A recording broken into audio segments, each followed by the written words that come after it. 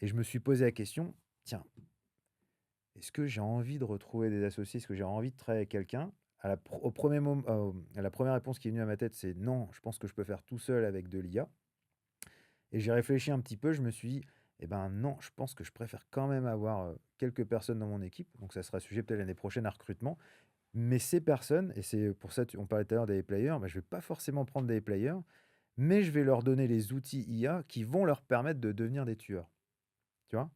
Par exemple, un community manager entre guillemets «lambda», et ben, lui donner l'outil IA qui va lui permettre, de faire x10, tu vois? Sur son taf. Et comme ça, bah, tu as plus forcément besoin de prendre les meilleurs, mais je vais prendre les personnes qui ont les soft skills comme on appelle ça, les qualités humaines, les plus précieuses à mon sens, tu vois? Mais c'est hyper intéressant ce que tu es en train de dire.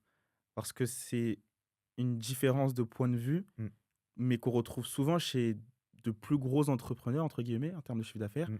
qui pensent comme toi. Il vaut mieux prendre une personne qui a les soft skills, pas forcément les hard, et lui Mmh. lui le lui les amener, plutôt que faire l'inverse.